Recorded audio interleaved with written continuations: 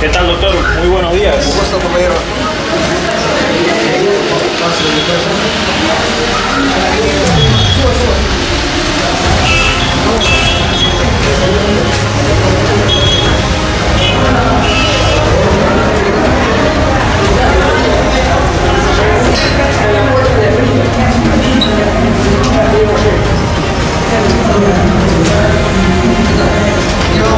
Avanzando poco a poco, muy bien, avanzando, Bienvenido. subimos por allá, ¿no? Sí.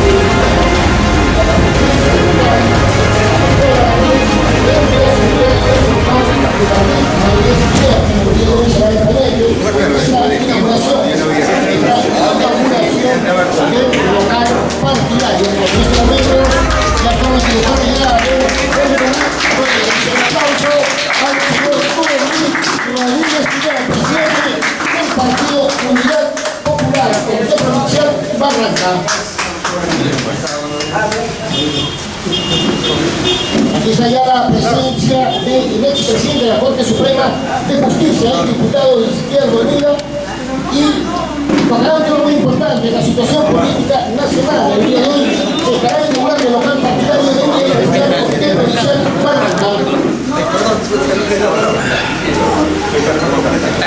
En estos momentos se está recibiendo el saludo de todas las personas que se encuentran presentes en el local, partidarios, amigos e invitados, están presentes de los diversos distritos de la provincia de Barranca. Ya está con nosotros el doctor Duberly Rodríguez Pinero, presidente de Unidad Popular.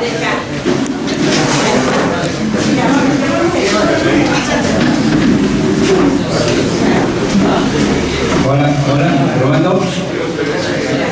Y un saludo en representación del Partido Unidad Popular a todas las personas que se encuentran el día de hoy en este local, donde se hará la inauguración dentro de algunos momentos más y la juramentación también del Comité Provincial del Partido Unidad Popular. Contamos con la presencia del doctor Duberly Rodríguez Tineo, expresidente de la Corte Suprema de Justicia, exdiputado por Izquierda Unida, y él va a ser el ponente acerca de un tema muy importante, la situación política nacional. Recibamos con fuerte palmas al doctor Duberly Rodríguez.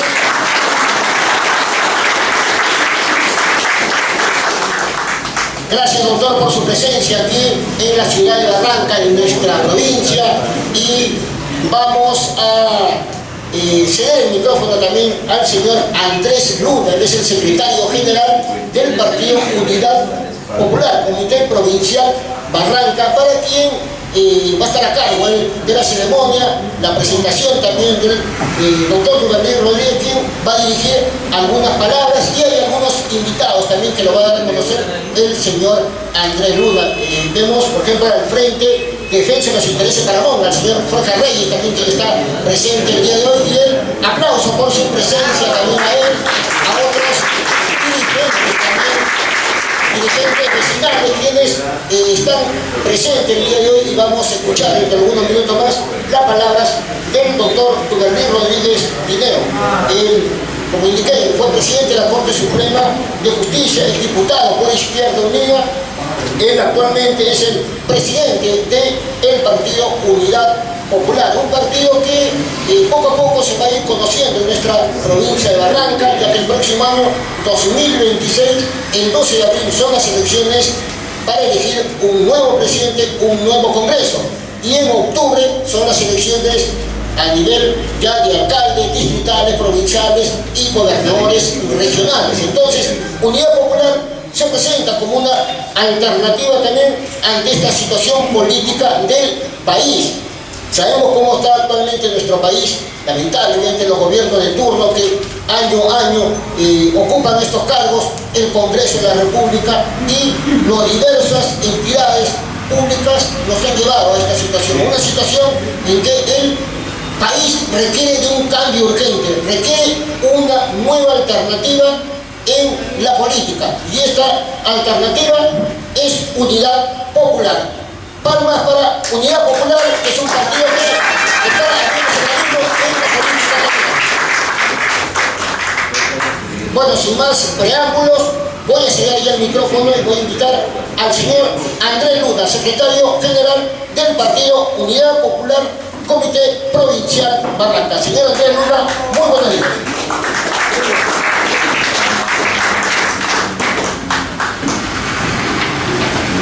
La mesa es un micrófono. Yo trabajo en la universidad, entonces voy a trabajar sobre mediodía.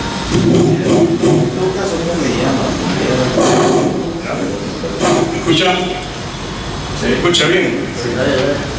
Muy bien, compañeros. Hoy es un día especial. Hoy día se viste de gala Barranca. Está presente con nosotros el doctor Duberlí Rodríguez Tineo, aparte de un combativo luchador social, con toda la intelectualidad que posee. Ha sido presidente de la Corte Suprema, es un hombre honesto. No lo digo porque es de Unidad Popular, pues, también es mi amigo y lo conozco hace 40 años. Él sigue en esta lucha, seguimos en esta lucha, una lucha larga por cambiar y transformar nuestro país. El compañero Duberlí es bien conocido en el ambiente también político, no solamente judicial, y todos los partidos progresistas de izquierda lo reconocen como tal. Lo reconocen como tal. Y todos lo quisieran de candidato a la presidencia, porque yo lo sé. Yo lo sé. Un líder político que todos lo desearían en su lista como candidato a la presidencia. Y hay partidos progresistas, partidos de izquierda, nacionalistas, revolucionarios, etcétera, etcétera, que le tienen bastante aprecio por su honestidad. Nos hace recordar a Frejolito Barrantes, por ejemplo. Frejolito Barrantes era un tipo honesto. Un día le preguntaron, a Frejolito Barrantes, ¿y usted por qué se considera revolucionario? Y Frejolito dijo, si basta ser honesto en este país, para ya ser revolucionario. Efectivamente, ese es uno de los cánceres que tenemos en luchar aquí en Unidad Popular. Uno de los problemas que tenemos en el país. Yo quiero sucintamente unos 5 minutos para decirle qué cosa es Barranca, a qué provincia ha venido nuestro compañero Duberlí Rodríguez, dirigente nacional de Unidad Popular. Pues Barranca es una provincia de alrededor de 200.000 habitantes. Su actividad económica principal, la agricultura, el comercio.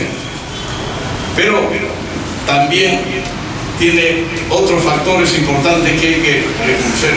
Su gastronomía, por ejemplo. Su turismo. El turismo que está poco desarrollado, pero que tiene a Caral aquí, apenas a 50, 40 kilómetros de Barranca. Conoce a El Áspero que tenemos, que es uno de los puertos más antiguos de Latinoamérica, porque si Caral es la civilización más antigua de Latinoamérica, que tiene más de 5.500 años, pues El Áspero también se desarrolló junto con Caral. Era el puerto de Caral prácticamente, y eso está en Puerto Supe, El Áspero. Sería bueno visitarlo. Aquí tengo un buen libro de El Áspero, excelente. Se lo voy a regalar a mi compañero Duberlí, para que conozca Puerto Supe.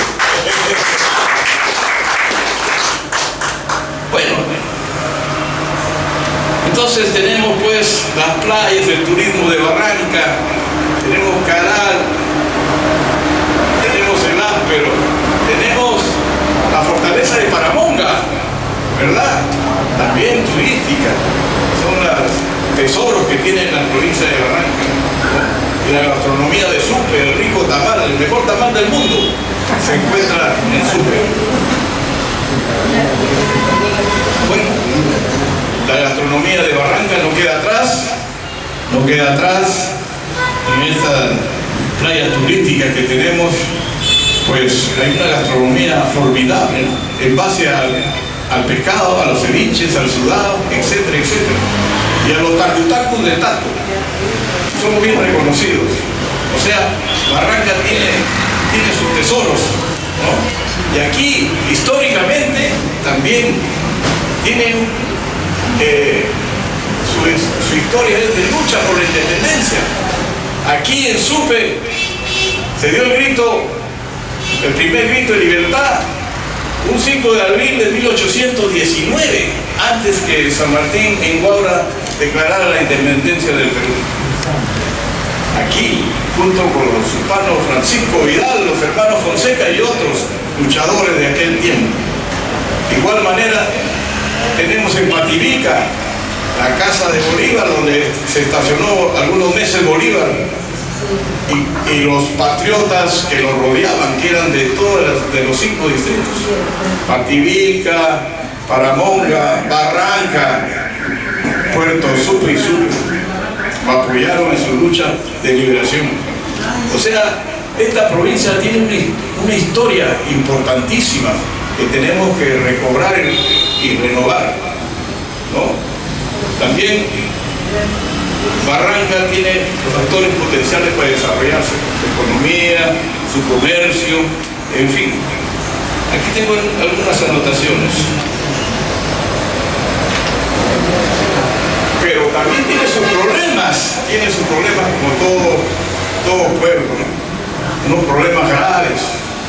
Aquí la pobreza está aumentando, aquí el crecimiento demográfico, en lugar de avanzar en algunos distritos como en Paramonga, se han reducido.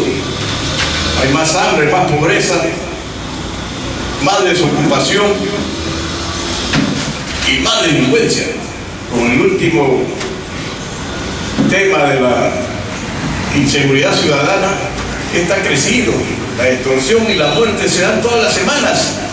Y algunos comerciantes o empresarios, pequeños o grandes, que son extorsionados, a veces por cuidar su vida, no lo dicen, no lo denuncian. Pero así está Barranca.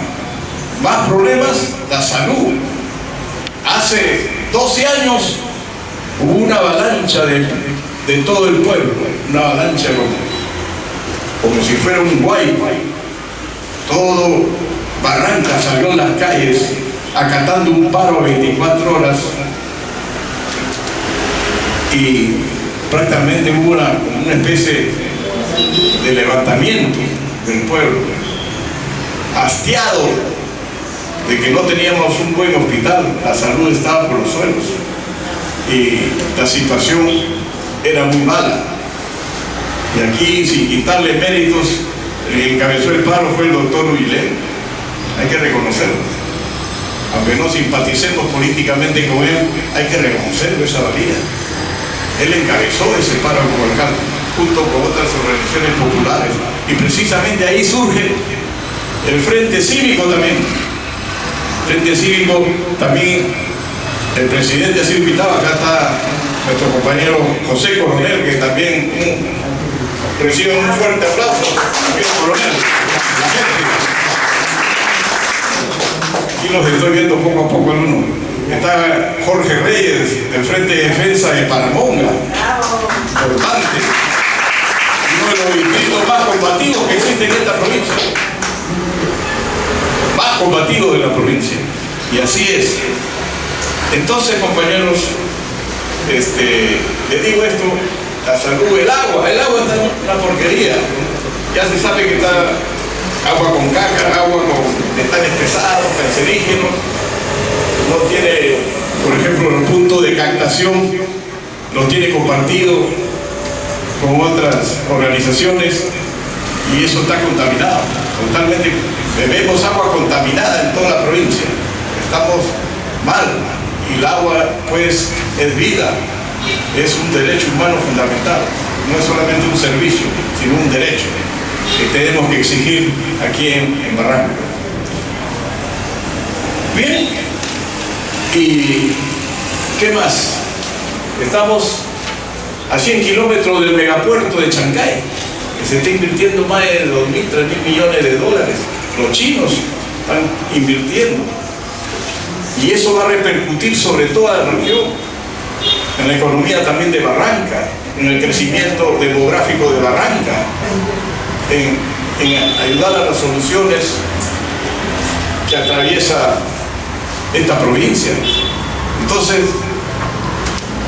digo yo, ¿por qué nosotros también no construimos, reconstruimos? Porque había un muelle antes de Nafu, Perú, que servía para la exportación de la harina de pescado, del aceite y de todos los productos que hay en esta provincia.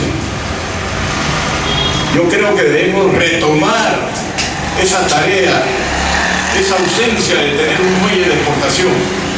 Eso ayudaría para crecer. Y otra cosa, si bien es cierto, nos puede beneficiar a toda la población, es el megapuerto de Chancay. Sin embargo, tenemos que organizarnos para que esa riqueza que va a provenir de ahí, de esa potencia económica del megapuerto de Chancay, también se beneficie los trabajadores de Barranca, se beneficien también la población, no solamente los que tienen dinero, sino todos, para que haya un mejor desarrollo y bienestar para toda la población. Eso es importante, muy importantísimo. Bueno, yo finalmente quiero dejarle al doctor Duverly y lo tome como banderita en su lucha política larga que está teniendo, pero que en las próximas elecciones sabemos que va a tener cargos políticos, con la capacidad que tiene. Y le quiero dejar un tema que nadie los toca a veces ni los profesores del SUTE lo tocan porque se olvidan que sus niños se duermen en las aulas cuando están de primaria. La anemia y la desnutrición debe agregarse en el programa de unidad popular. Eso seguro, señor compañero Duverly, tenga en cuenta que es un problema nacional, que es el futuro del país, porque esos niños son el futuro de nuestro país y que están en malas condiciones. ¿Cómo es posible que uno haya una anemia casi del 80%? Y a nivel nacional el 50%.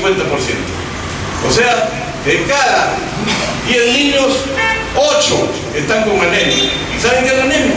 Una pretuberculosis. El otro paso es la tuberculosis infantil. Y ese es un tema que no lo quiere ver ni los gobiernos, peor si son de derecha, ninguna autoridad. No se da cuenta de lo grave que es la anemia y la desnutrición de los niños. No puede ser.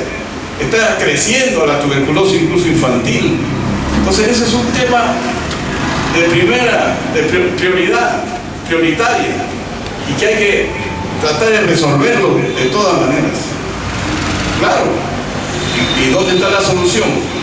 Que le den así cositas de hierro a los niños, polvitos, que le den galletas que da Caliwarma, que le den cosas que no le va a solucionar el problema.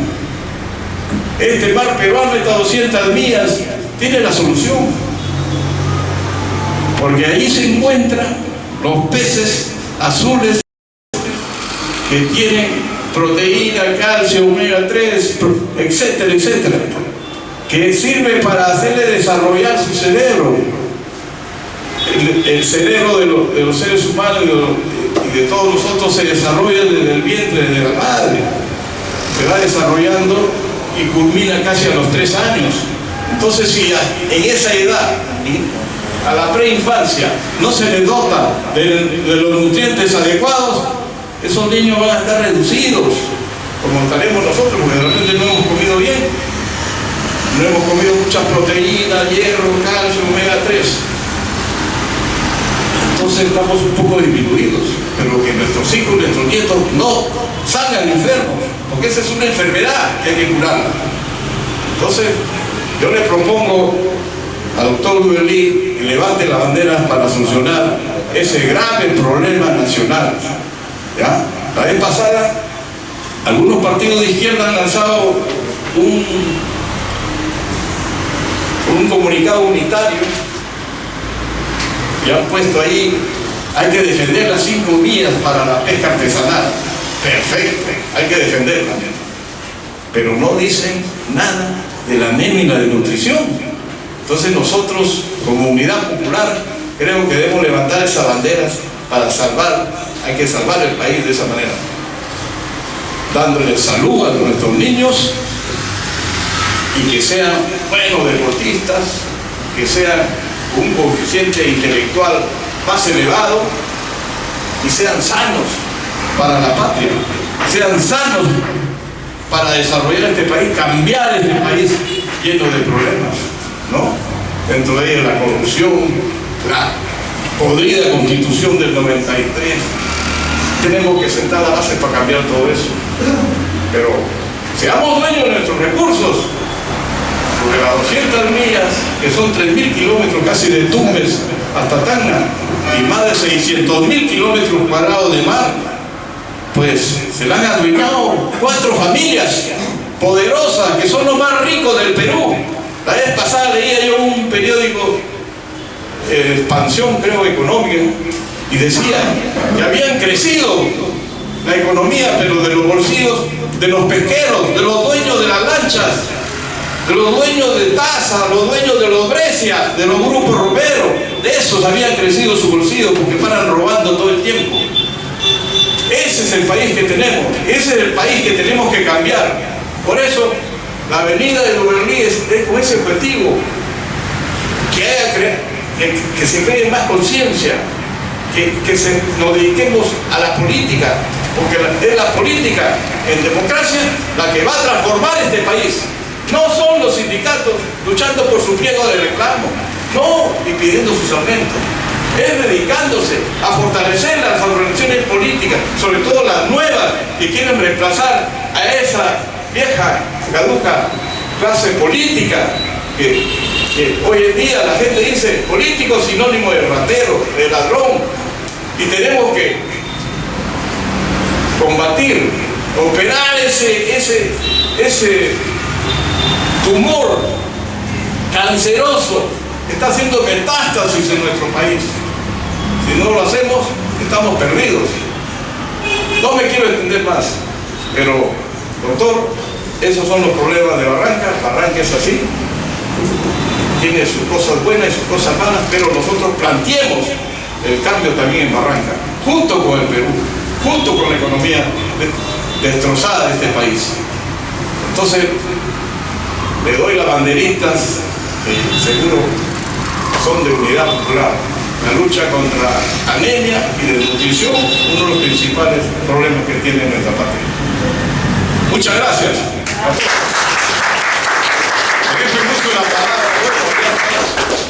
Nuestro moderador. Bueno, vamos a continuar con esta ceremonia y vamos a escuchar entonces las palabras del doctor Duverly Rodríguez Tino, expresidente de la Corte Suprema de Justicia, exdiputado por Izquierda Unida y presidente de Unidad Popular. Recibamos con fuertes palmas al doctor Duverly Rodríguez Tino.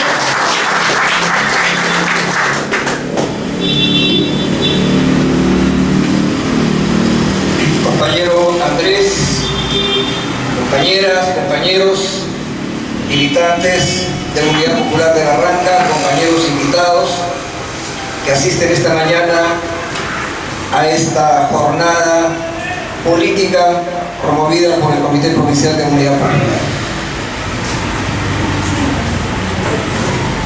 Quien ingresa a la política tiene que hacer una radiografía de los problemas que hay en el país, así como cuando vamos donde un médico nos toma el pulso, ve cómo están nuestros pulmones, nuestros signos vitales y luego nos da la receta. Se necesita un tratamiento. Un político serio tiene que conocer la realidad para poder ofrecer soluciones, porque si no simplemente está en el aire, simplemente ingresa por intereses subalternos, no porque quiere resolver los problemas del país. Yo felizmente, por los cargos que he tenido, entre otros, acá está mi amigo Mauricio Barzola, era presidente de la Federación de Estudiantes de la Universidad Nacional del Centro del Perú, Huancayo.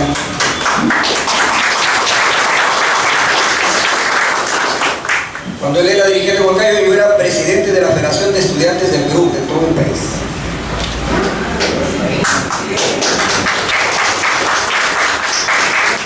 Luego he sido regidor en Chiclayo en 1980-1983, cuando los regidores y los alcaldes no ganaban un solo centavo, era autónomo.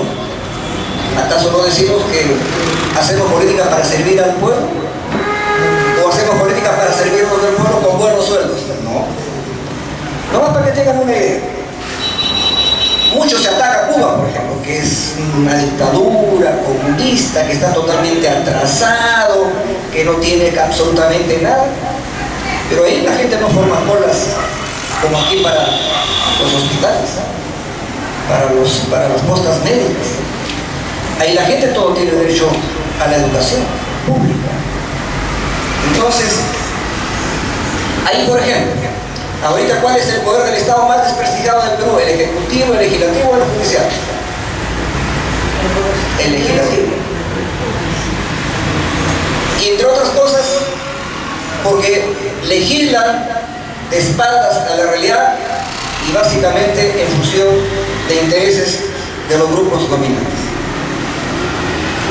He visto hoy día, incluso vean ustedes que bajen el titular del Diario del Comercio, se ha incrementado enormemente el presupuesto del Parlamento Nacional. ¿En beneficio de quién? De ellos y también de los trabajadores de este poder del Estado. No estamos contra los trabajadores, pero no puede haber tanta diferencia entre lo que gana un trabajador y otro, porque a igual trabajo, igual salario. Esa es la regla.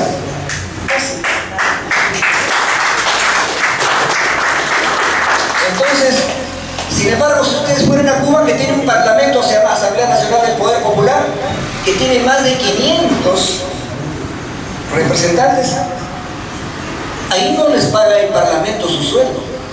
Si el que ha sido elegido diputado o congresista en Cuba es médico y trabaja en el hospital los hermanos Almejeiras de La Habana, él sigue ganando su sueldo como médico. Y si ha salido elegido un profesor, sigue ganando su sueldo como profesor. Y cuando hay legislatura para aprobar leyes, les mandan los proyectos de ley con anticipación de 2 meses a cada uno de ellos. Ellos lo van estudiando y cuando llegan a la legislatura llegan ya para discutir y aprobar. Termina la legislatura, se regresan a su trabajo. No son una carga para el Estado. Entonces, ¿por qué nos tiene que costar tanto un poder del Estado cuando tranquilamente podríamos bajar los costos? Solamente para ponerles un ejemplo, porque tanto se sataniza, por ejemplo, aquí. Pero decía que hay que conocer la realidad. También fui parlamentario el 85-90. En mi bancada estaba Máximo González Paz, que era justamente de Barranca. Ya ha muerto hace varios años atrás. Él era un dirigente magisterial. ¿Cuándo fue ese periodo? El 1985-1990, primer gobierno de Alan García, que incluso se puso más a la izquierda que a la izquierda, porque estatizó la banca, ¿o no se acuerda? Impensable que Alan García se aprobó en diputados, pero ¿dónde se quedó? En el Senado, porque la derecha del APRA estaba en el Senado. Entonces, luego, ya yo termino mi cargo, regreso a Chiclayo, porque ahí digamos como que he crecido políticamente, porque yo soy natural de la Sierra de Piura. Por razones del destino, me incorporo al Poder Judicial, postulo para vocal superior ingreso de frente como vocal superior. Hice carrera ahí. En 2007 gané un concurso para ser juez de la Corte Suprema de Justicia. Estuve hasta el año 2019 y entre el 2017 y 2018 fui presidente de la Corte Suprema, fui presidente de un poder del Estado, presidente del Poder Judicial. Y luego, de manera ya como abogado libre, básicamente ahora apoyo a un sector social que yo considero que es la reserva moral del país. Son las rondas campesinas. Ahora que hablamos de inseguridad ciudadana, las rondas campesinas han desaparecido la inseguridad ciudadana en el campo, en las zonas rurales. Ahí no hay inseguridad ciudadana, hay seguridad ciudadana. ¿Y quién la da? Los ronderos, que no cobran ni un centavo al Estado, trabajo solidario para defensa de su comunidad, y que lamentablemente la justicia ordinaria muchas veces los persigue, porque cuando ellos capturan a un avijeo, un delincuente, un asaltante, ¿qué hace la familia del avijeo? Los denuncian por secuestro y los condenan a 30 años de pena privativa de libertad por secuestro, que es un delito muy grave. ¿Cómo va a ser secuestro si ahí no hay ningún móvil espurio? Ellos están deteniendo a un delincuente para investigarlo, como cuando la policía aquí en Barranca puede detener a un delincuente también. Y los ronderos tienen funciones jurisdiccionales y funciones de jueces. El único que tiene función jurisdiccional es un juez, pero tenemos jueces de la justicia ordinaria, un abogado que concursa, gana el concurso, es juez y gana buen sueldo. Pero tenemos jueces de la justicia, de la jurisdicción comunal rondera, que no ganan ni un sol y son jueces todos al momento que resuelven un caso en una asamblea que se convierte en tribunal popular. Esas rondas campesinas son reserva moral del país, son 2 millones de ronderos que hay ahorita en el país. En la época del COVID, por ejemplo, cerraron sus fronteras, por decirlo así, y el COVID no causó casi nada de daño en las zonas donde las rondas campesinas cuidaban el ingreso y la salida de los moradores. Y como están en el campo, principalmente, digamos, no están requiriendo ir, pues, estar yendo a cada rato al mercado, porque ahí tienen pues sus cultivos, tienen su taína, tienen sus pavos, sus patos, y podían rápidamente resolver sus problemas de alimentación. Con esos ronderos que yo llamo honrados y valientes, con ellos trabajo yo. Yo soy asesor de la Central Única Nacional de Rondas Campesinas del Perú. He tenido todos los cargos que le dije. Si ahorita me pidiera cuál es su principal cargo que tiene Duberly Rodríguez, es ser asesor de la UNAR, que es la Central Nacional de Rondas Campesinas del Perú. Con ellos trabajo yo todas las semanas.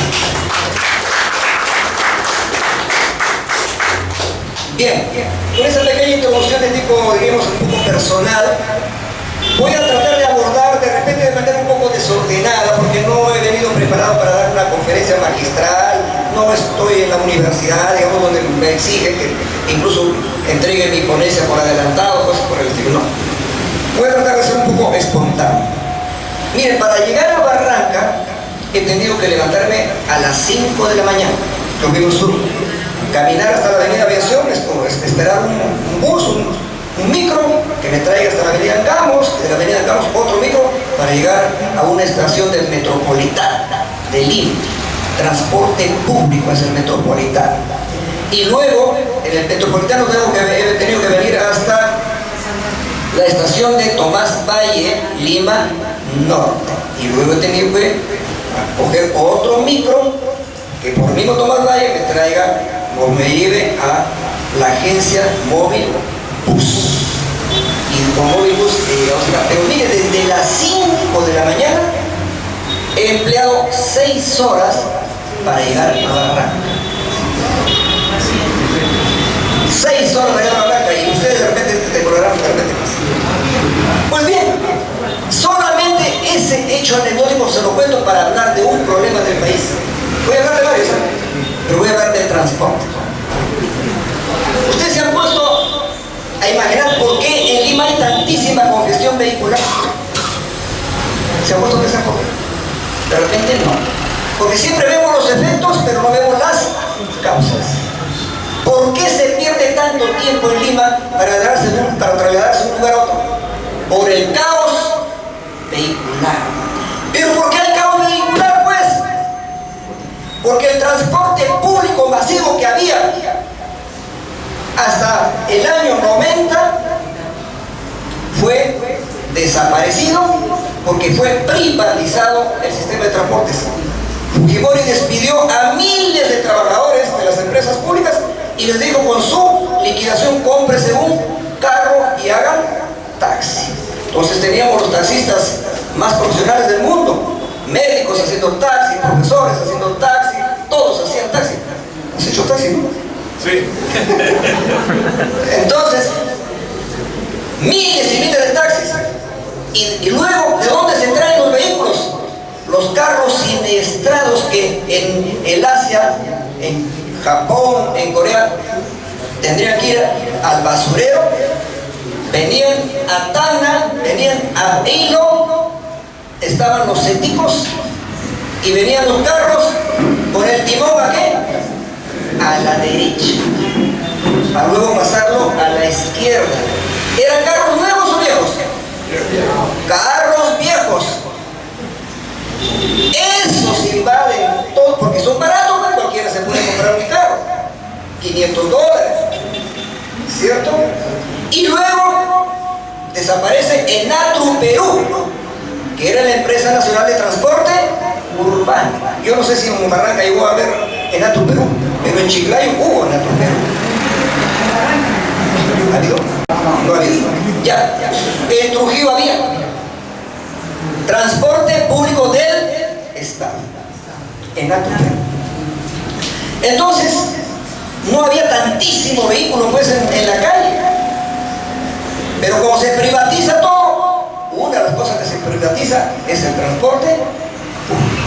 Desaparece el transporte público.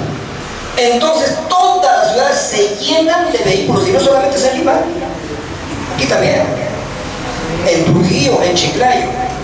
Entonces, ese problema de ese desorden en el transporte público es herencia ¿de quién?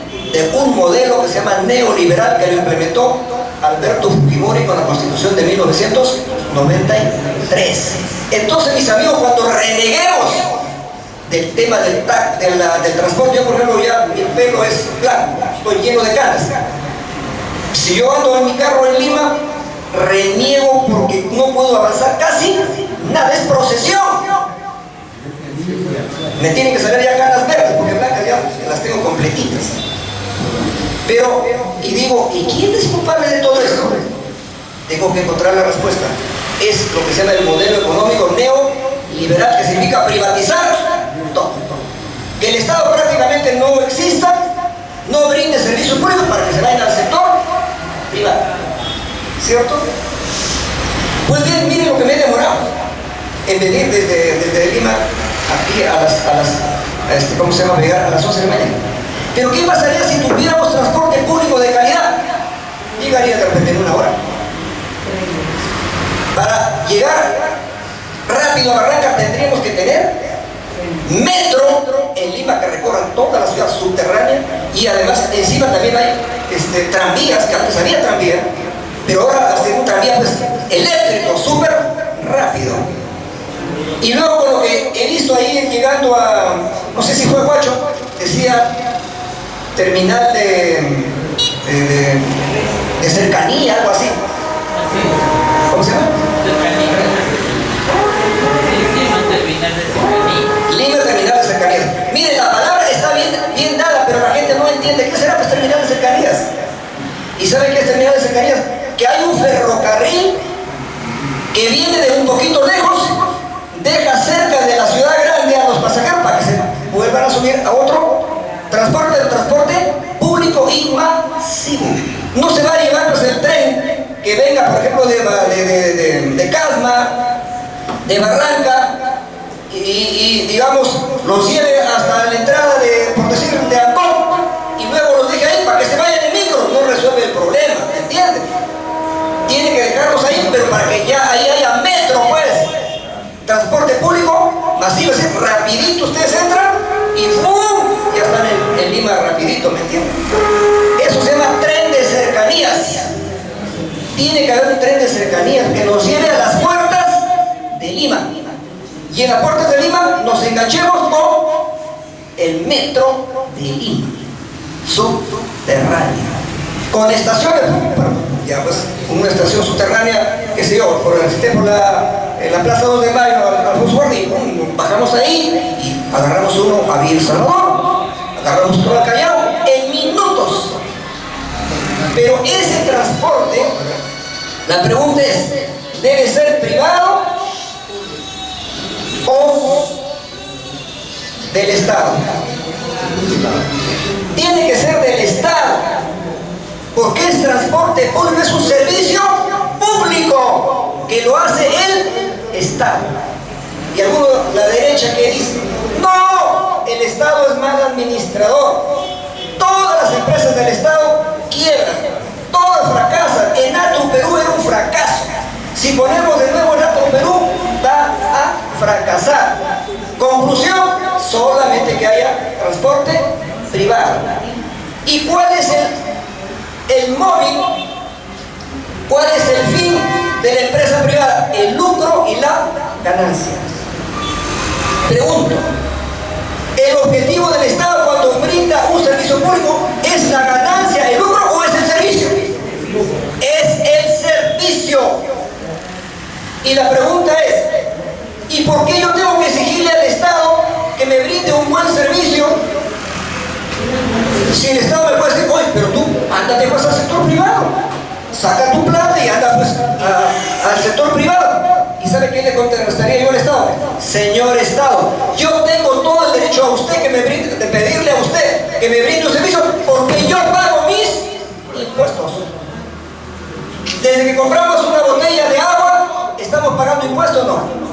¿Y a dónde va el impuesto? ¿A la luna? ¿A otro planeta o al Estado? Va al Estado, va al Ministerio de Economía y Finanzas, ¿cierto?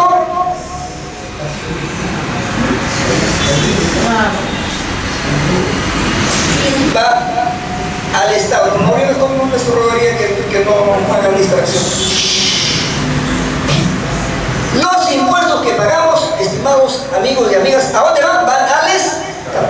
¿Y la plata que va al Estado debe volver hacia el pueblo o no? Tiene que regresar, pero en forma de ¿qué? De servicios. Educación, salud, transporte, carreteras, caminos. Así tiene que regresar. ¿Por qué? Porque el Estado tiene que devolvernos de alguna forma el impuesto que nosotros pagamos. Porque si no pagaríamos, ¿para qué? ¿Para nada? No, pagamos los impuestos para que el Estado nos los devuelva en servicios públicos. Entonces, uno de esos servicios públicos es ¿cómo se llama? El transporte público. Eso es, por ejemplo, hay que tomar en cuenta por qué ahora tenemos el peor tráfico del mundo en Lima. Eso no es porque sea una calamidad o un castigo divino, no. Eso es una herencia de un modelo económico neoliberal que se expresa así en el transporte. A mí me gusta siempre buscar noticias y dentro de esas noticias yo las imprimo. Porque ahora, como está de moda el celular, todo lo tenemos en el celular.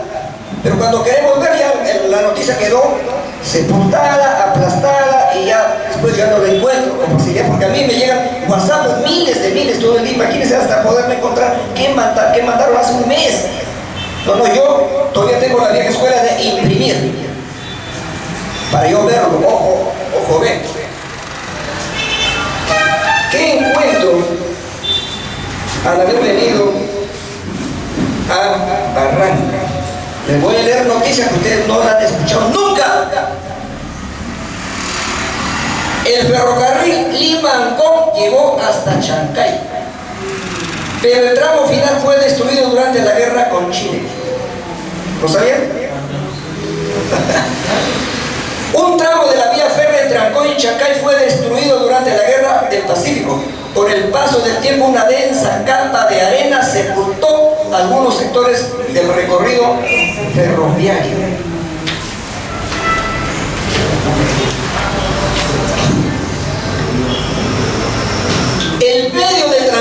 empleado por trabajadores y hacendados fue el ferrocarril Lima-Ancón. Había ferrocarril, pero también hay que decir la verdad, fundamentalmente lo usaron los gamonales, los hacendados. Yo, por ejemplo, que he vivido en Chiclayo mucho tiempo, cuando yo llegué en el año 1960, todavía había tren ferrocarril que llevaba el azúcar de Tumán y Comarca hasta el puerto de Pimentel. Había unas winchas que levantaban en peso los sacos, los bajaban en una lancha que se evaporaba y luego la lancha lo llevaba al barco que estaba mar adentro, porque no es de aguas profundas, pero había ferrocarril. Y antes también ese ferrocarril de Lima hacia el norte, chico, era para las haciendas que ahora están en Comas, en Caraballo. Para eso, básicamente usaban, y también para veranear en Ancón, porque era para veranear. Luego, ¿qué más dice?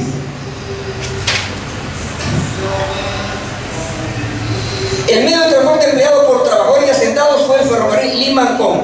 En 1870 comenzó a operar una extensión de 42 kilómetros y una trocha de 50 kilómetros. Los más beneficiados en aquel momento obviamente eran los hacendados, pero igualito la gente también podía usar esa movilidad. Ahora bien, la ruta Lima-Ancón se prolongó hasta Chancay a fines de 1870. O sea, en el siglo antepasado llegaba a Chancay el ferrocarril. Si ese ferrocarril llegara hasta ahora, yo hubiera llegado a Barranca a lo mucho en 2 horas y no en 6 horas.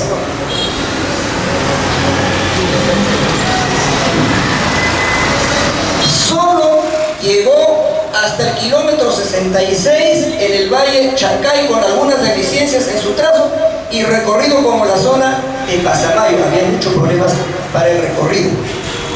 Miren, este tramo operaba con normalidad hasta el estallido de un conflicto. En relación con este tema, el historiador Tácuna Bonifacio escribió lo siguiente en su libro. Por efectos de la guerra con Chile, la sección de Ancón a Chancay fue destruida y abandonada temporalmente. El daño fue letal, pues junto a esas dificultades debía considerarse que muchas locomotoras dejaron de funcionar por falta de mantenimiento.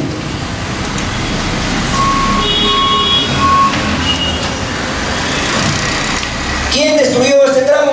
Los chilenos destruyeron el tramo Ancón-Chancay. Solo quedó intacto el Lima-Ancón, que funcionó hasta 1964.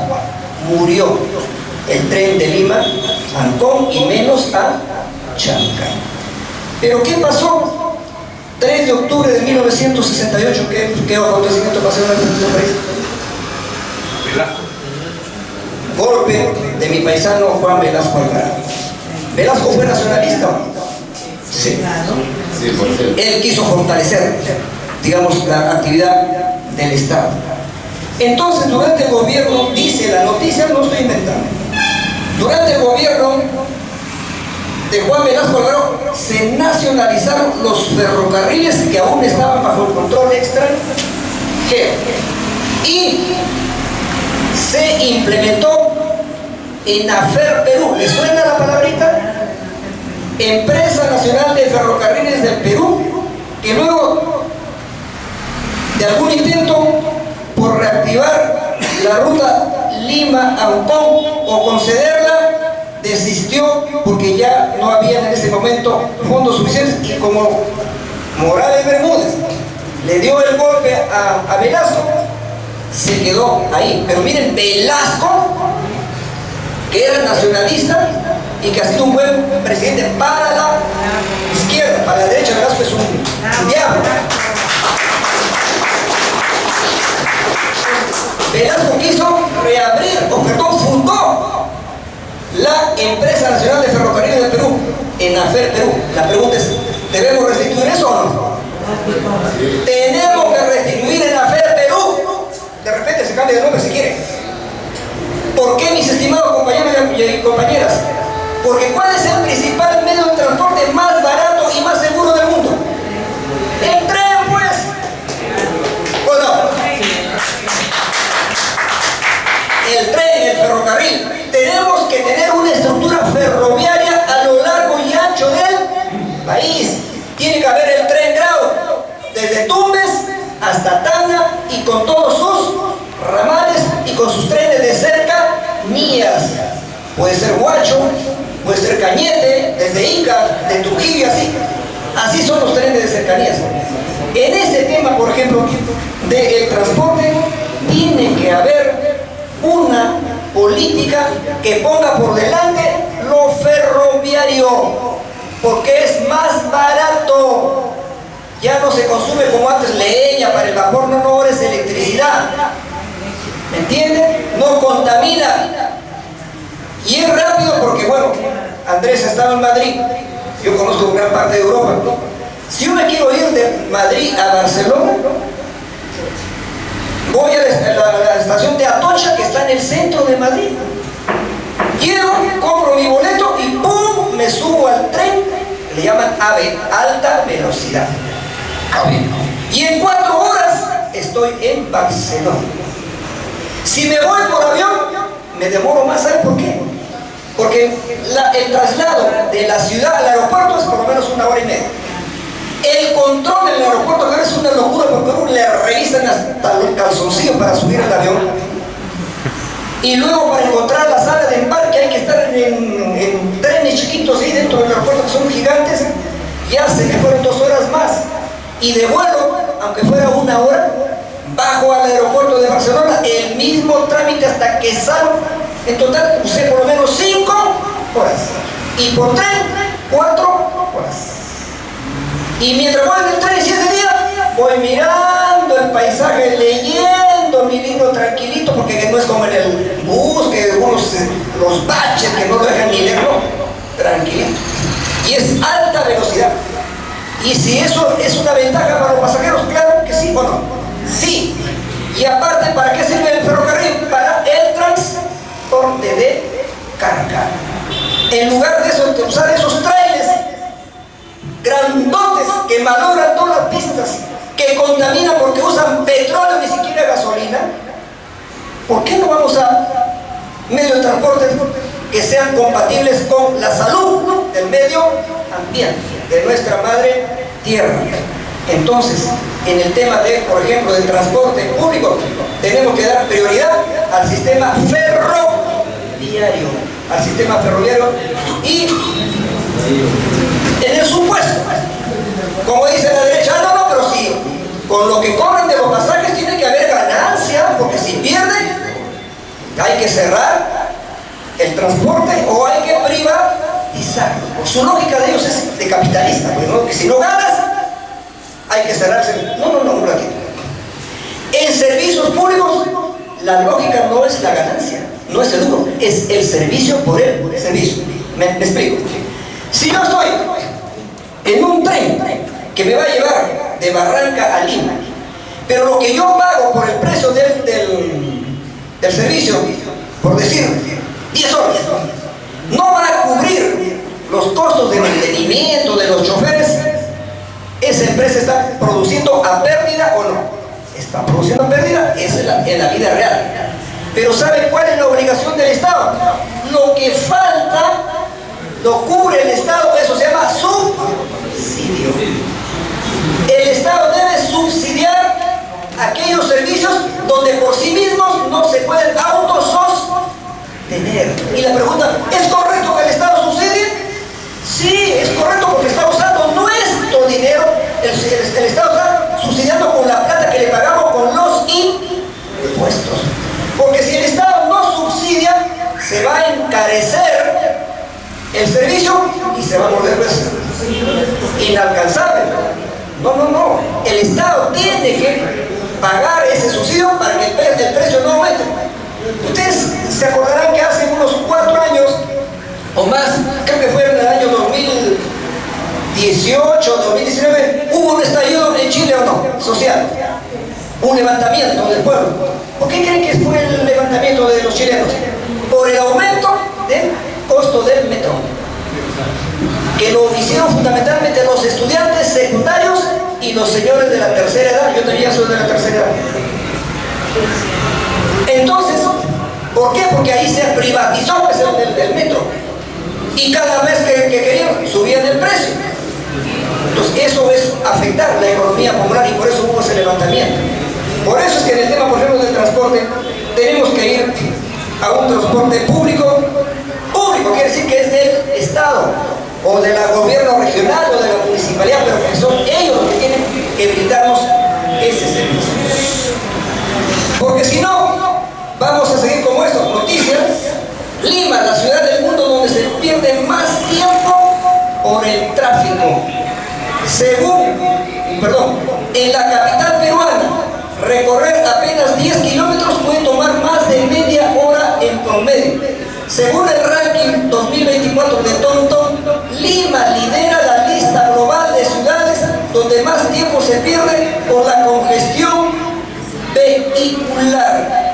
Lima ocupa el deshonroso primer lugar en el mundo en horas perdidas al volante. Miren, Lima el primer lugar en el mundo en pérdida de tiempo por la congestión vehicular. Porque en Lima no solamente se pierde tiempo por la congestión vehicular. Vayan a ustedes a llegar de Puente Piedra a Villa El Salvador. ¿Cuánto tiempo demoraría? Mínimo 2 horas, ¿o no? Pero no solamente es el tiempo, es la economía.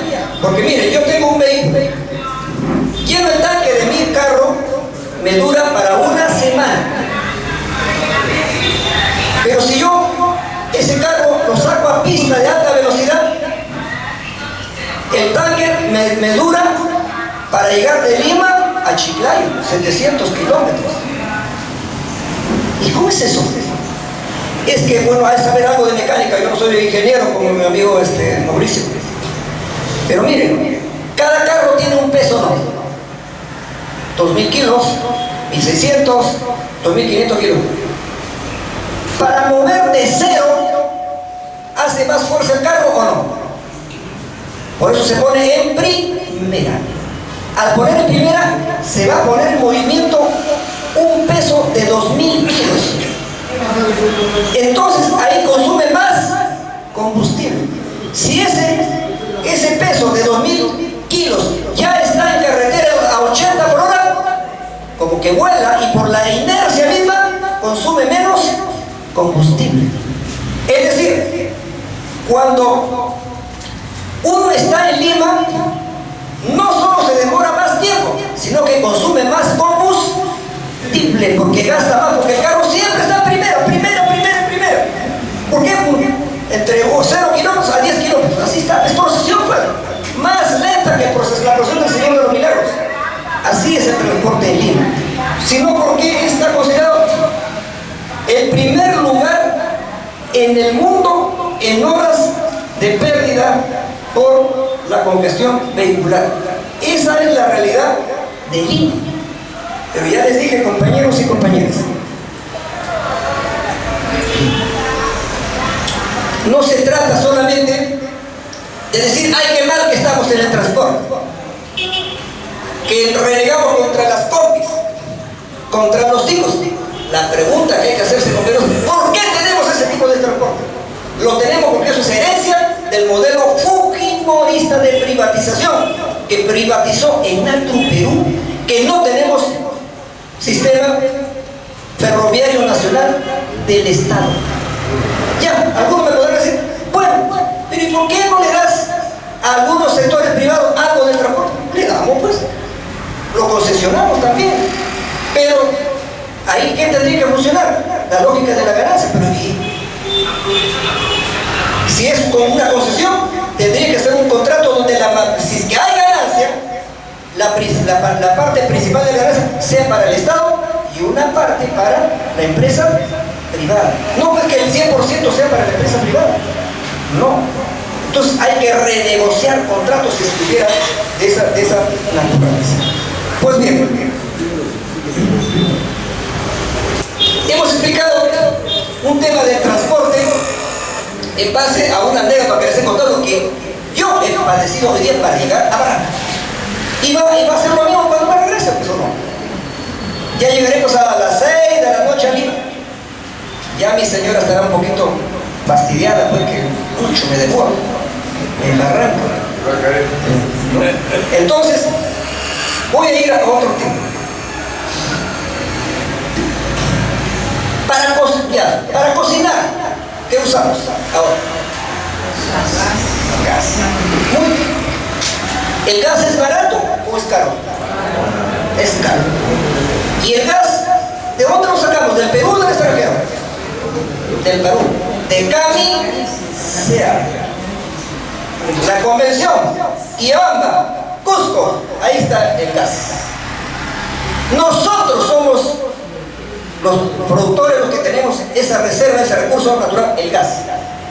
Pero qué paradoja de la vida que consumamos el gas más caro del mundo, porque lo traen por tuberías hasta Pisco, luego lo llevan a otro lugar, lo procesan y luego nos lo venden envasado en balones de gas. ¿A cómo está el balón de gas ahorita en Barranca? ¿45, 50? ¿Cuánto? 47. Y ese mismo gas nuestro en Chile lo venden a 10 soles. Nuestro gas.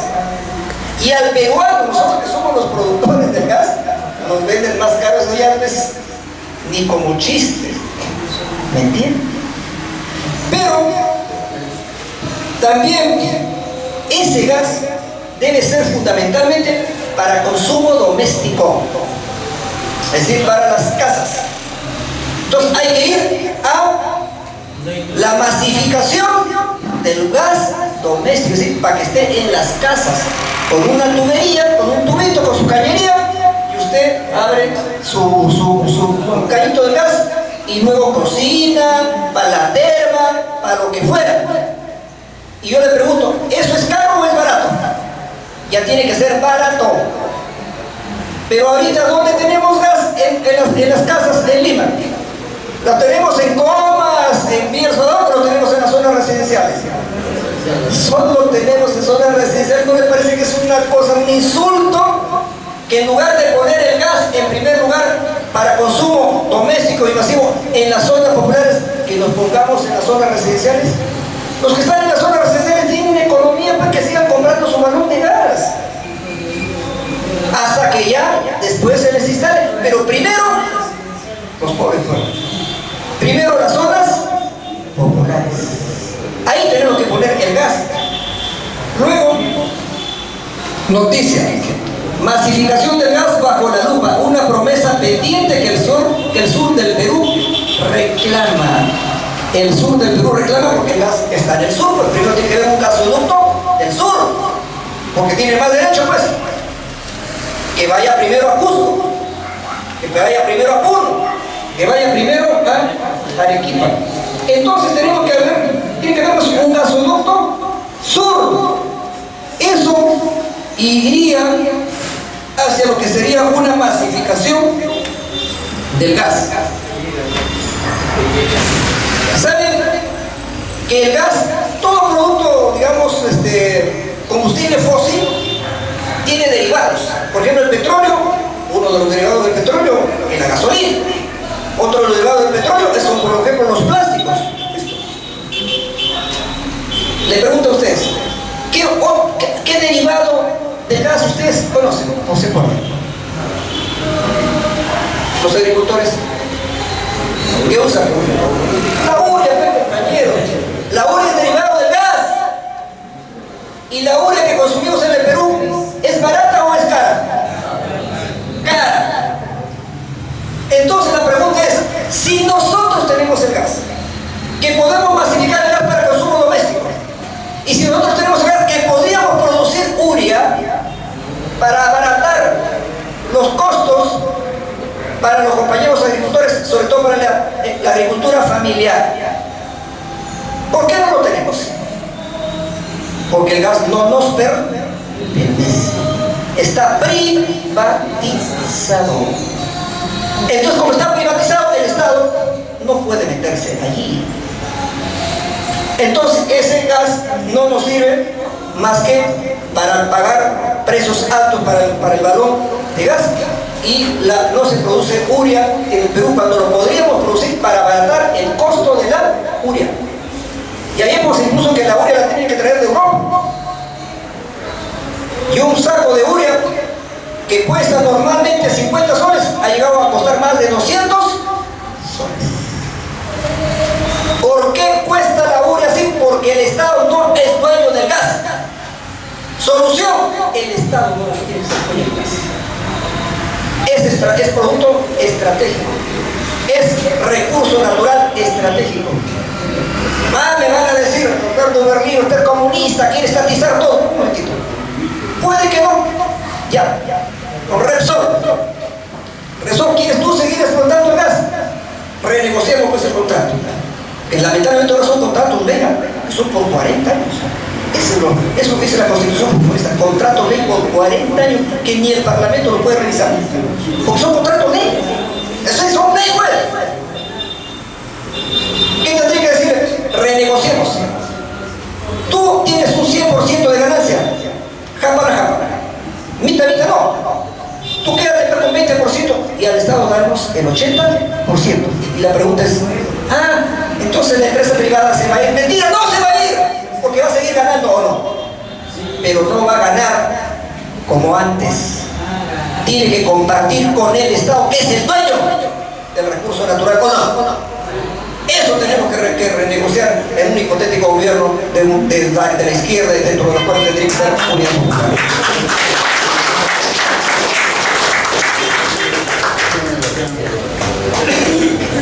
En el tema de las fuentes de energía, miren, todo se mueve con energía, ¿o no? Nosotros mismos nos movemos con energía, ¿no? ¿Y cuál es la energía nuestra? Los alimentos, pues, las vitaminas, la proteína, esa es nuestra energía. Yo, por ejemplo, ahorita que estoy hablando, ya estoy comenzando a sudar. Y al estar hablando ya estoy consumiendo energía. Si estoy caminando, consumo energía, por eso me canso. ¿O no? Pues bien, entonces, en el tema de las energías que tenemos, hay carbón, que en el grupo poco se usa, pero hay carbón. O sea, no es el que cocinamos, ¿no? El carbón es otra. ¿Cómo lo podríamos definir, Mauricio? El carbón mineral. Ya. Que son como rocas, ¿no? Que están como piedras. Ya, carbón mineral. Ese carbón mineral es combustible fósil. ¿Qué otro combustible fósil? El gas. ¿Qué otro combustible fósil? El petróleo. ¿Y por qué se llaman combustibles fósiles? Porque son producto de descomposición orgánica de vegetales, de cuerpos vivos que se han disuelto, han quedado enterrados y se convierten en reservas, digamos, sí, hasta de los dinosaurios. Todo lo que fue vida se quedó bajo tierra. Eso tuvo su origen en otros organismos. Se le llama combustible fósil porque está fosilizado. Así cuando ustedes ven una rana en una piedra que ha quedado fosilizada, ¿sí o no? ¿Lo han visto? Son combustibles fósiles. Pero cuando usamos combustibles fósiles, ¿qué se produce? Entramos al tema ambiental. Gases, efecto invernadero, GEIN. ¿Y qué es el gas de efecto invernadero? ¿Es contaminante o descontaminante? Es contaminante. Ese gas de efecto invernadero produce cambios en la temperatura de la Tierra.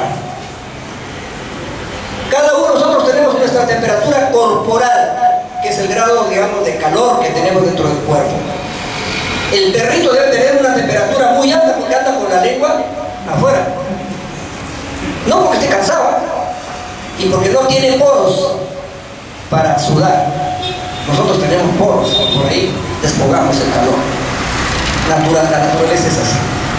Entonces,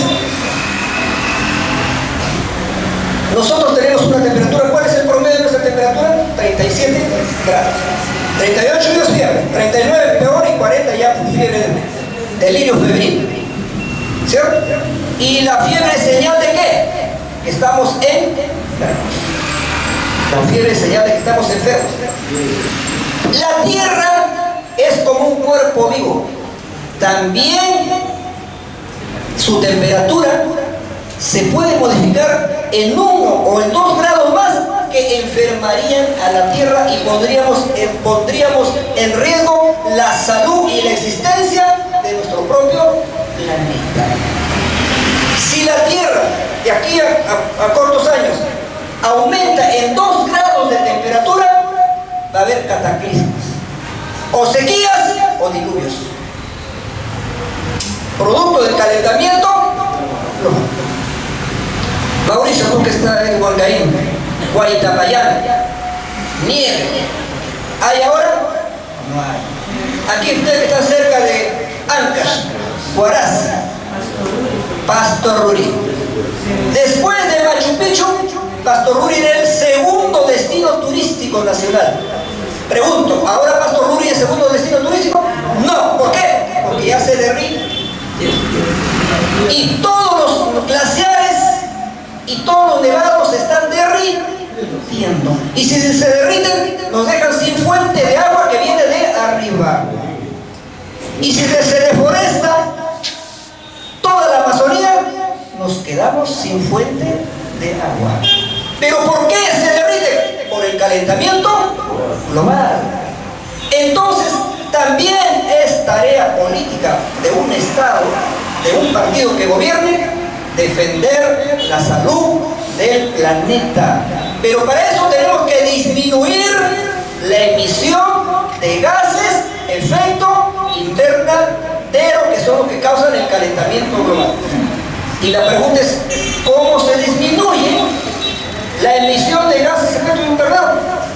Utilizando energías que no sean energías fósiles, es decir, que no sean ni carbón, que no sean ni gas, ni que sean petróleo. Ustedes dirán, ¿y cuáles son esas energías? ¿Qué nos está nombrando ahorita afuera? El sol, ¿o no? ¿Hay energía solar o no? Hay pues energía solar. Y cuando hay viento fuerte, ¿cómo se llama? Eólica. Y donde hay, digamos, donde sale el agua caliente, como en Cajamarca, aguas termales, también es fuente de energía. También en el mar, las olas cuando rompen contra las peñas, ¿es energía o no? Es energía. Y también cuando se represa un río y se lo hacen las caídas, las cascadas, energía hidráulica. Entonces, ¿qué tenemos que fomentar para que no haya emisión de gases efecto invernadero? El uso de energías renovables, energías limpias, porque las energías fósiles no son renovables, se acaban. El gas no va a ser toda la vida, ni el petróleo va a ser toda la vida. Entonces tenemos que ir promoviendo la alternativa de energías limpias, eso se llama energías verdes. Pero tenemos que tener conciencia pues ecológica. ¿Me entienden? Por ejemplo, para la alimentación, ¿por qué están de moda los productos orgánicos? El plátano, el café, el cacao, que incluso tiene más precio en el mercado internacional.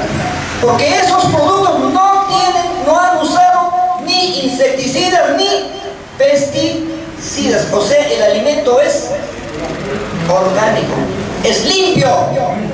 Yo creo que entre otras cosas atribuyo mi buena salud, porque miren, tengo 75 años, ¿sabes? Pero me muevo como si tuviera 40, ese es mi nivel de energía. Tranquilamente me muevo como de 40 años. ¿Por qué? Porque me crié en la sierra con mis socas, con mis oyucos, con mi papa, mis alberjas, con mis habas. Así me crié. Entonces, soy relativamente más sano. Entonces, y también hago un poco de actividad física. ¿Me entienden? No hago para también evitar todos los males de juventud que ya tenemos, los de la tercera edad. Entonces, tenemos que promover ese tipo de energías. Pero imagínense, las petroleras que van a estar de acuerdo con eso, pues, porque ahí está su negocio. Estados Unidos, Trump, a él lo financia, las petroleras, la Chevron, la Mobil, la Oxy, que se llama. Esas son las energías que las tenemos que dejar de lado. Pero como uno tiene que ir dando algunos datos, por ejemplo, el 41% de la electricidad mundial es limpia. Ya hemos avanzado un poco. Antes era poco, miren, ya tenemos 41% de la electricidad mundial es limpia. Es decir, no viene de energías fósiles. Pero aquí tenemos que llegar al 90%. Pero tenemos que ponernos promesas. Por ejemplo, ya, Unidad Popular del Gobierno. El Perú se compromete dentro de los encuentros internacionales que hay para el control del medio ambiente, de la salud del planeta, de aquí a 10 años, bajar la emisión de gases de efecto invernadero en el 30%, por decir. Pero es un compromiso que se tiene que cumplir de verdad. Es una palabra empeñada, política de Estado. A eso tenemos que ir. Pero uno, mis estimados compañeros y compañeras, tiene que ser consecuente con lo que dice. Un gran líder de la vieja Rusia zarista, que dirigió unas revoluciones del mundo, tenía una frase, decía lo siguiente: a la persona no le mires a la boca por lo que dice, mírale a las manos por lo que hace. Esa es la clave. Porque si nos miran a la boca, ¡uy! Encantadores de serpientes y culeras tenemos a montones. Mejor dicho, demagogos tenemos por ciento. Hablan bonito, están en campaña, pero cuando ya están en el gobierno, se olvidan de todo. Uno tiene que ser consecuente con lo que dice, en pequeño y en grande. Miren, y ustedes me dirán, doctor Duverly, pero ¿y por qué yo voy a pensar que usted no es uno de esos? Porque ahí donde yo estuve dejé huella. Estuve en el Poder Judicial 13 años, perdón, sí, no, tuve 23 años, 13 años en la Corte Suprema.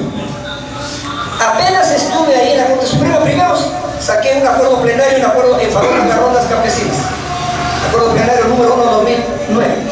Y luego, a iniciativa mía, se creó la Comisión de Gestión Ambiental en el Poder Judicial, para que sea política de un poder del Estado, educación ambiental. Y creamos comisiones ambientales en todas las Cortes Superiores de Justicia. Y en cada corte yo les puse como tarea que tengan un jardín judicial.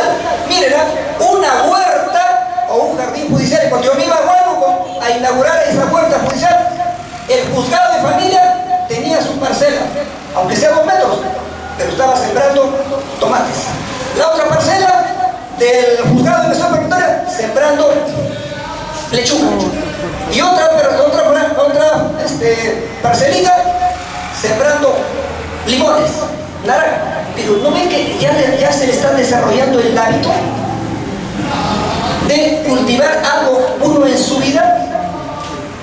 Entonces yo promoví que haya jardines y huertos judiciales para mejorar nuestra relación como jueces con el medio ambiente. Pero Duverly estaba en el Palacio Nacional de Justicia frente al Hotel Sheraton, que es una cuadra entera, que es inmenso ese local. No sé si ustedes lo han visto de afuera, donde están los 2 leoncitos ahí. ¿Ya? Aquí algunos dicen tremendo palacio para tan poca justicia. Pero en fin, ahí un día se me ocurrió subir a la azotea. Esta es una azotea, ¿no?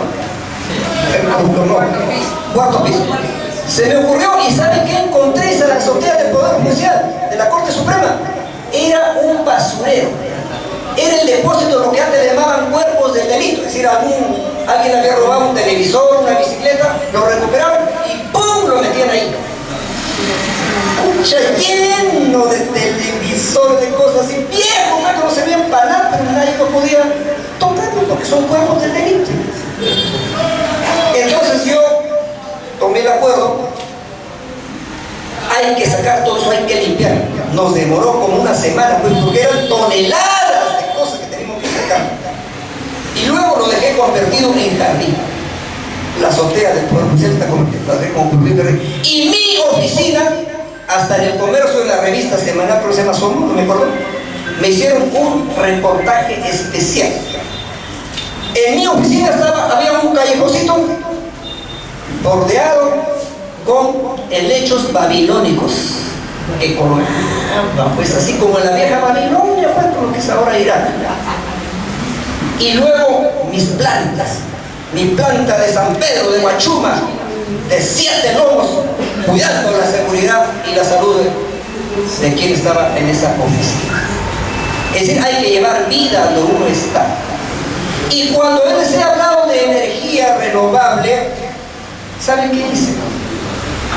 Puse 4 paneles solares en el techo del Poder Judicial del Palacio Nacional de Justicia y tiene sus 2 baterías, ahí se acumula la energía y ya hice la conexión a la presidencia de la Corte Suprema y en el Palacio Nacional de Justicia, sede de la Corte Suprema del Perú, la única oficina que se alumbra con luz limpia de energía solar es la presidencia de la Corte, que yo la puse.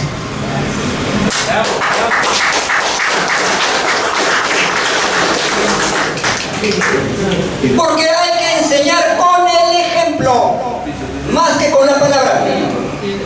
Por ejemplo, yo creo que soy honrado. No creo que ya en los pocos años de vida que tenga me voy a corromper, sería un absurdo, ya sería hasta biológicamente sería contradictorio. Pero ¿por qué yo soy honrado? ¿Y por qué soy laborioso? Yo a las 5 de la mañana ya estoy en pie. Aunque no tenga nada que hacer, entre comillas, yo mismo me pongo a hacer, aunque sea leer, me pongo, porque yo soy muy adicto a la lectura. Entonces, uno tiene que ser disciplinado en sus cosas. Siempre tiene que hacer lo que uno dice que va a hacer. Si no, uno se convierte en una persona que no dice la verdad. Entonces, yo estaba hablando de por qué soy honrado. Porque también ahora que se habla de corrupción, muy bien, ¿cuáles son las recetas contra la corrupción? Bukele. El Salvador no es el Perú, pues. El Salvador es un país chiquitito como Ica, que los pueden poner a todos presos y no pasa nada. Pero aquí metan presos pues a 33 millones. ¿Cuántas cárceles necesitarían? Aucayamas, por acá, por allá. No, esa no es la solución. Por el momento puede que sí, pero la solución contra la delincuencia no es otra cosa que educación y trabajo. El ocioso puede meter a la delincuencia, porque trabaja jamás. Educación y trabajo es la vacuna contra la corrupción y contra la delincuencia. Porque con la educación a uno le crean valores y principios. Y con el trabajo le generan el hábito del trabajo. ¿Cierto? Yo me crié desde niño trabajando. Usted sabe que uno ya de la sierra, desde que ya se puede caminar normal, ya hace mandados. Ya la edad de comer a las gallinas. Ya va a traer hierba para los cuys. Y va creciendo, más tareas haciendo. Yo le acompañaba a mi papá a hacer todo. En la siembra, en la arada, en la cosecha, en la tría, todo eso he hecho yo. Entonces yo me he criado derecho, pues mi papá me ha criado derechito y me ha pegado cuando de repente cometí una falta. Y yo nunca estuve resentido con mi papá porque me haya pegado. Porque yo entendía que eso era parte del ejercicio de la autoridad paterna. Porque en el hogar tiene que haber una autoridad compartida entre mamá y papá, los dos. No puede haber ausencia de autoridad porque ese es caos. ¿Por qué creen que en el campo los delincuentes le tienen miedo a la ronda? Porque la ronda ejerce la autoridad con dureza. El delincuente no le tiene miedo a la policía, le tiene miedo a la ronda. Porque la ronda pega, pues. Porque tiene que haber autoridad, tiene que haber escarmiento para que no haya reincidencia. El 100% de abigeros capturados por los ronderos y sometidos a trabajo los están reeducando. Ya no hay reincidencia. El 90% de abigeros se convierten en ronderos. Pero los delincuentes que tenemos en el Perú los mandamos a la cárcel y salen súper delincuentes. Es contagio criminal. Por eso aquellos que hablan que toda la solución está más cárceles y más pena, es una mentira, porque eso no resuelve el problema. Entonces, yo me crié en derecho porque tuve el ejemplo de mis padres. Mi madre trabajando, levantándose de madrugada para hacer la comida para los peones y luego llevarlas a las cementeras en sus tremendas ollas de fierro, no sé qué dónde sacaba fuerza mi mamá para llevar su olla de alberjas o de habas o de frijoles. Y mi papá igual, trabajando todos los días. Entonces, el ejemplo es el que más convence antes que la palabra. Si ustedes quieren tener hijos, derechos, denles ustedes el ejemplo. Porque si ese hijo ve que su papá es borracho, que su papá es ladrón, que es corrupto, ¿qué escuela le está dando? Una escuela de perdición, ¿o no? Entonces, eso también lo tenemos que tener en cuenta. ¿Por qué? Porque ahora ya casi nadie cree en los políticos. La política está devaluada. Y por eso es que hay pues tanta delincuencia en nuestro país. Bien, no pienso tenerlos toda la mañana, voy tocando algunos otros temas. El principal problema que va a haber en el país no es la pobreza, no es el desempleo, que son problemas, ¿sabes? No es la corrupción, que es problema. El principal problema es la inseguridad ciudadana, que también la tienen ustedes, ¿o no? ¿Qué es la inseguridad?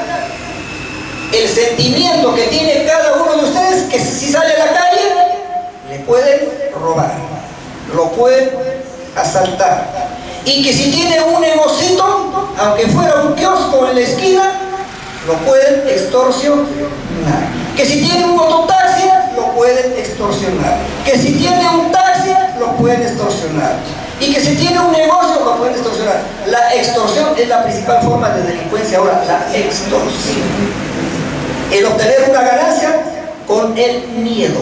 Si no me das el cupo, te voy a matar.